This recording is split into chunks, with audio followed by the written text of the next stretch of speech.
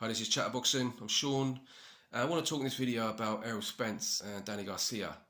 Now, I'm not sure if this has actually been made official, but people have been talking about it as if it's a done deal. So for the purposes of this video, we're going to assume that it pretty much is. But the first thing I would say is that Danny Garcia is a very, very dangerous opponent for Errol Spence at this stage. I always thought that Danny Garcia potentially could be quite a difficult style matchup for Errol Spence. Not a difficult style matchup, but a potential banana skin, a dangerous style matchup. Now, the reason being that Errol Spence has all the attributes in the world to just outbox Danny Garcia from distance. He moves better, he's got better balance, he's got much longer reach, and he can just, hit him hard. He's got amazing jab, great straight left to the body. And he moves around well. So he could basically do that and win a comfortable decision against Danny Garcia. And Danny Garcia couldn't really touch him particularly. I mean, Danny Garcia's got, his jab is very slow. He doesn't have long range. His feet aren't quick. So if it's like a battle of jab and like straight punches from distance, Errol Spence, there's no competition there. Danny Garcia, what he does well is obviously very good with his hooks, his uppercut, like close range. He's swinging his hooks. Now, Errol Spence has a tendency, every fight I've seen him in, he likes to just close that distance, and he gets, roughs you up, gets you in with the shoulder, body punches, gets that leverage in there to really dig him in. So by doing that, he's giving Danny Garcia a decent opportunity to beat him. Because Danny Garcia, I haven't really seen anyone beat Danny Garcia in that kind of fight. And Danny Garcia probably bit tougher than Errol Spence, right? I mean, he's fucking got a serious chin on him, and he probably hits a bit harder as well. So even if those attributes are the same thing, there's just no real need for Spence to do that. But I just haven't seen a single fight with him where he hasn't made it that kind of fight at some point. So I think by doing that, he'll leave himself open to some big... Because the thing is, like Spence, one weakness that he does have for me, his defence. It's like if he gets hit, if people start landing a couple of punches on him, rather than like slipping, move, he tends to just kind of shell up a bit, like put his guard up and then just try and like ride out the storm. He's not, he doesn't have the best defense. I mean, he positions himself well on the inside, but I could definitely see him getting caught by Danny Garcia, and he does hit pretty hard, and he can take a good punch. So I don't think he's a great person to be like exchanging punches with on the outside, in the inside, especially when you can just punish him from range. So I think that Spence, for the most part, would try and make it that kind of fight, but I just don't think he can help himself. Eventually, he'll get in there and potentially give Danny Garcia the openings he needs to put a dent in him. Because even Sean Porter, like with his style, he didn't really want to do that with Danny Garcia. He did at times, but for the most part, he was kind of moving out of the way, feinting a lot and using his quick feet. He didn't want to like stay in a pocket with him. So yeah, that potentially is someone who I think could be dangerous for Errol Spence. And this is before the accident. So that accident was horrific. I mean, he was hospitalised for like a couple of, I don't know the exact time, but at least a couple of weeks. I think they took out like his teeth. We don't know like the internal damage it's done to him. We don't know what damage it's done to his bones. We don't know what it's done to his reflexes, to his coordination, to his mindset. There's a lot of ifs and buts.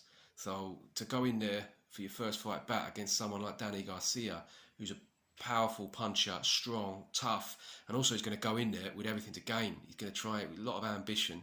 Now, yeah, he's a bit past his best, but still, he was the man at light welterweight.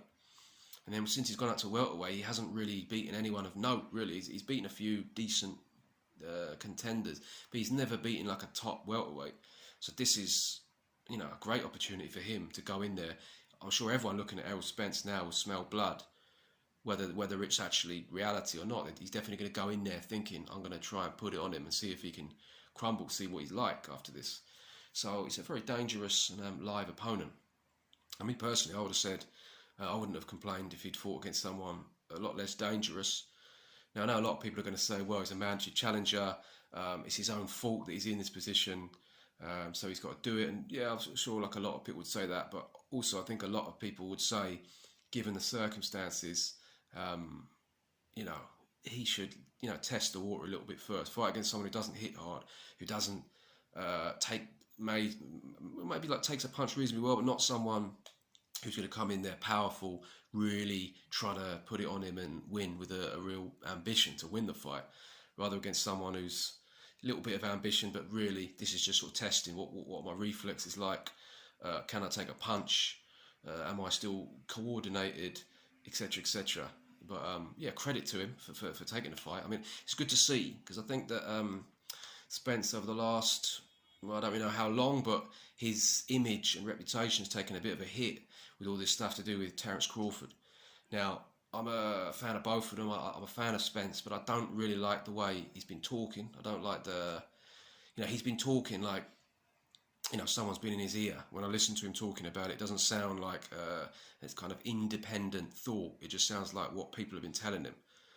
And that's not what you want to hear as a fan.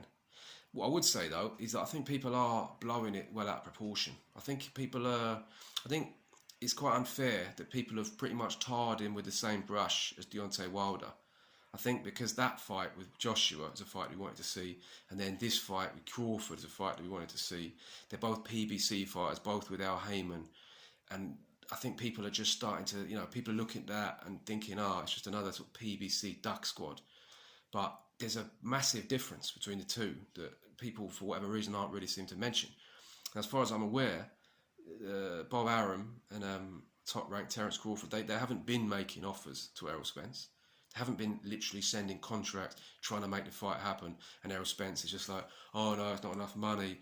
Oh no, it's not about like the belts. Oh no, just, do you know what I mean? Making excuse that hasn't happened. I mean, if it has, then you can enlighten me. I haven't heard of a single actual offer from Top Rank or Bob Arum to make the fight. Not saying that they don't want to make the fight, but they certainly haven't been actively pursuing the fight, have they? So, yeah, I think people are going a bit over the top with Spence and trying to, make him out to be a ducker and a paper chat and all that. To me, I don't think that at all. I think he went to the UK, beat Kell Brook, which was a great win. Then he's unified with Sean Porter. So, he's, I want to see the Terence Crawford fight, but I think people are blowing it massively out of proportion. After this fight, this is done. If he gets through this, which is no foregone conclusion, obviously, then yeah, that's the fight I want to see. No more messing about. But let's actually see some serious offers, not just like people talking and talking. Let's get some contracts and let's see what's really happening. In terms of the actual, but yeah, the point I'm saying of that is it's good for Errol Spence, his image, that he's in there right after this accident with a very credible opponent and I think he deserves credit for that, and hopefully gets it. In terms of the actual fight itself, it's very, very difficult to predict. I mean, if this had been without the accident, I would pick Errol Spence to win, but I'd say out of all the heavy, apart from Crawford, I think that Danny Garcia's got the best chance of beating him. I'd give him a much better chance than I would have given Porter before that fight. Definitely a more chance than I would have Thurman. I think that Pacquiao, I don't know. I keep thinking, but I keep kind of writing Pacquiao off, and then he just keeps surprising me with the speed and the activity of Pacquiao. I don't know. I still think Spence should beat him. This is obviously pre-accident, but I'm not so confident as I would have been before. But yeah, Danny Garcia, definitely someone that I think has a good chance of beating him. And now with this accident right now, who knows? I mean, we really don't know anything about Errol Spence. I'm going to reserve judgment. When it's actually official, when there's a date, a venue, etc., then I'll probably make a proper breakdown. But I can't really say with any real conviction based on all the unknowns going into it. Errol Spence, obviously Danny Garcia looked pretty poor in his last fight as well, and he's probably a bit over the hill, but he's going to go into this, as I say, with all the ambition in the world. Really, this is the chance to win 2 titles and not go out with a bang like he retire, but you know what I mean, potentially this could be his last big name opponent. So yeah, that's it really at this point. If it does get made, if it does get confirmed, then obviously we'll look into it in more detail. But yeah, I just wanted to say that. I think I give massive credit to Errol Spence for taking it. Um, I mean, I don't know if it's. I mean, who knows? Is it because his team are more confident in him than a lot of other people are right now? They know that he wasn't really as affected as we think he could be, or is it they're just thinking, well, maybe we really aren't sure about him. If he is going to lose to someone, then better against one of our high-profile PBC fighters than anyone else. I don't know. We'll see. But yeah, let me know what you lot think, and thank you very much for watching.